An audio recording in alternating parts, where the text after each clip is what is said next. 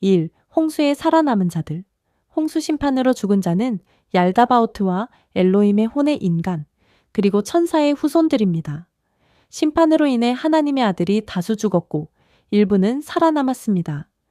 얄다바오트의 심판이 있는 동안 혼의 인간과 만물이 멸망하는 것을 지켜본 이들은 자기가 섬기는 신에 대한 의문을 품기 시작했습니다. 우리의 신이 언제 다시 우리를 죽일지 모른다. 얄다바오트의 심판으로 얄다바오트의 하늘과 엘로힘의 땅이 분리되고 살아남은 노아의 무리가 어디로 윤회했는지 모습을 찾을 수 없었습니다. 영적 세계에서 혼의 인간은 특정 방식에 따라 무리를 지어 생활합니다. 끼리끼리 모여있게 됩니다. 윤회하는 방식도 처음에는 특정 지역의 사람으로 공동체를 형성하며 살아갑니다. 창세기 11장은 영적 인류와 육적 인류의 이야기가 혼재되어 사람들이 분별하지 못했습니다. 창세기 11장 1절입니다. 온 땅의 언어가 하나요, 말이 하나였더라. 지구의 모든 사람이 하나의 언어를 사용했다는 주장은 사실로 보기 어렵습니다. 심판으로 살아남은 혼의 인간이 추구하는 생각과 가치관이 동일했다는 해석으로 이해할 수 있습니다. 살아남은 자들이 이런 질문을 합니다. 우리가 멸망에서 살아남기 위해 어떻게 해야 할까? 아무도 멸망하지 않은 노아의 무리는 누구의 인도를 받았을까? 노아가 섬기는 참 아버지는 우리의 존재도 알까? 이런 생각으로 땅에서도 자기의 근원을 찾고자 한 무리가 생겨납니다. 살아있는 사람에게만 주어진 제한적인 구원관이 아니라 내세를 고민하는 영적인 인류를 모방한 이들이 나타나게 됩니다. 그들은 죽음에서 확장된 세계관을 가지고 무덤을 만들고 시체를 방부 처리하며 제사를 지냈습니다. 이런 생각을 공유한 같은 사상의 무리를 하나의 언어라고 기록했습니다. 이들은 지상에서 유독 반짝였습니다. 문명의 차원이 높았다는 말입니다. 육신을 입고 있는 동안 진실을 발견하고자 노력한 무리입니다. 2. 첫 번째 바벨탑, 창세기 11장 2절과 3절입니다. 이에 그들이 동방으로 옮기다가 신할 평지를 만나 거기 거류하며 서로 말하되 자 벽돌을 만들어 견고히 굽자 하고 이에 벽돌로 돌을 대신하며 역청으로 진흙을 대신하고 신할 평지는 수메르 지역으로 비옥한 땅이었습니다. 두 강 사이에 있었으며 홍수가 자주 발생한 곳입니다. 야베가 실제 홍수로 죽음에서 사투를 벌이는 인간의 모습을 목격한 지역입니다. 첫 번째 바벨탑은 눈에 보이는 건축물입니다. 비가 많이 오면 물에 잠기지 않도록 높은 건물을 쌓는 일입니다. 인간이 쌓은 건축물을 야훼가 부수고 또 부수는 일이 반복되었습니다. 그러나 인간은 신이 난동을 부리는 행위를 자연재해로 받아들이지 않고 극복하는 방법을 터득하게 됩니다. 가죽옷에 불과한 짐승의 몸도 혼의 능력에 따라 진화하고 있었습니다. 이것을 영감계시라 말합니다. 31편에서 말했습니다. 2020년을 기점으로 인간이 만든 인공물의 총질량이 지구 생물 전체의 질량을 넘어섰습니다. 인간의 능력은 이미 엘로힘을 넘어섰습니다. 이것이 이 시대의 또 다른 형태의 바벨탑입니다. 3. 두 번째 바벨탑. 약만 2000년 전 지상에 등장한 야훼 눈에 유독 도드라진 무리가 있었습니다. 창세기 11장 4절입니다. 또 말하되 자 성읍과 탑을 건설하여 그 탑 꼭대기를 하늘에 닿게 하여 우리 이름을 내고 온 지면에 흩어짐을 면하자 하였더니 세상에 하늘에 닿을 탑은 없습니다. 이 말은 살아남은 이들이 더 높은 하나님을 찾고 있었다는 뜻입니다. 땅을 다스리는 신을 거부하는 파업과 같은 행위입니다.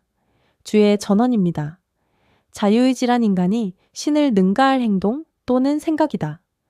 혼의 인간이 짐승의 몸에게 자유로이 생각할 의지를 부여했습니다. 깊은 사색은 영감을 불러오고 땅을 이길 방법을 터득합니다. 지상을 다스리는 비정한 신으로부터 독립을 말합니다. 이렇게 두 번째 바벨탑이 세워집니다. 창세기 11장 6절에서 9절입니다.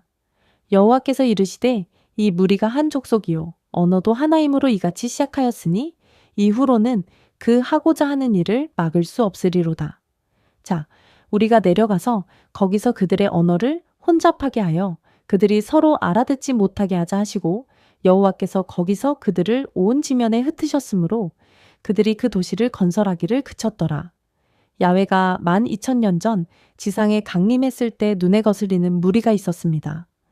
깊은 사색으로 참 아버지를 찾고 있는 빛의 자녀들이었습니다. 야훼는 이들을 그대로 두면 어떤 신도 막지 못한다고 판단하고 언어를 혼잡하게 하여 흩어버립니다. 이들이 세 곳으로 흩어졌다는 말이 노아의 세 아들로 말합니다. 수메르 지역, 인도 지역, 요하 지역을 따라 요동에서 한반도로 이르는 세 갈래입니다. 4. 흩어짐을 면하는 것은 혼의 몸이다. 요한복음 3장 5절에서 7절입니다. 사람이 물과 성령으로 나지 아니하면 하나님의 나라에 들어갈 수 없느니라.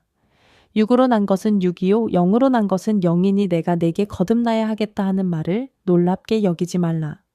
인간은 보이는 육과 내면의 혼으로 살아갑니다. 혼이 영생의 영으로 거듭나야 영원히 살지만 대부분의 혼은 지상에 흩어지는 두 번째 죽음을 맞이했습니다. 혼의 몸은 윤회를 거쳐 지상에 머문 육의 시간으로 1000년을 넘지 못합니다. 그래서 천국의 아들이 보이는 육신이 아닌 내면의 혼을 영으로 부활시켜 아버지 나라로 인도하기 위해 지상에 강림했습니다. 요한복음 15장 5절과 6절입니다. 나는 포도나무요 너희는 가지라. 그가 내 안에 내가 그 안에 거하면 사람이 열매를 많이 맺나니 나를 떠나서는 너희가 아무것도 할 수 없음이라. 사람이 내 안에 거하지 아니하면 가지처럼 밖에 버려져 마르나니 사람들이 그것을 모아다가 불에 던져 사르느니라. 혼의 인간이 영생의 영으로 거듭나는 두 가지 방법입니다. 에덴 동산의 생명나무 열매를 먹는 것, 예수를 믿고 그의 가르침대로 선의 열매를 맺는 것입니다. 영은 알에서 부화하는 새와 같습니다. 알 속의 작은 세계관에서 거듭나지 못하면 썩어버리거나 다른 동물의 먹잇감이 됩니다. 날개를 단 새가 경험할 세계관은 엄청납니다. 요한복음 14장 2절과 3절입니다. 내 아버지 집에 거할 곳이 많도다. 내가 너희를 위하여 거처를 예비하러 가노니 가서 너희를 위하여 거처를 예비하면 내가 다시 와서 너희를 내게로 영접하여 나 있는 곳에 너희도 있게 하리라. 예수의 제자는 천국 아버지 나라에 들어가기엔 부족한 영들이었습니다. 그런 이유로 예수는 그들이 머물 임시 거처를 마련하고 다시 지상에 강림하여 제자들을 인도하겠다고 약속합니다. 이것이 영으로 강림한 예수의 부활입니다. 씨 뿌리는 비유를 통해 2000년 전 뿌려진 씨앗은 천국을 향하는 완전한 영의 변화를 위해 예수 재림이 있습니다. 그러나 영이라고 다 같은 영이 아닙니다. 태어난 지역에 머무는 새가 있고 대륙을 건너는 철새가 있듯이 영생하는 영이라 해도 천국을 향하는 영이 있고 지상에 머무는 영이 있습니다. 모든 영이 천국으로 가는 것이 아닙니다. 육은 죽어서 흙으로 돌아가고 혼은 죽음으로 흩어집니다. 당신은 흩어짐을 면하기 위해 무엇을 하고 있습니까? 구독과 좋아요 잊지 마세요.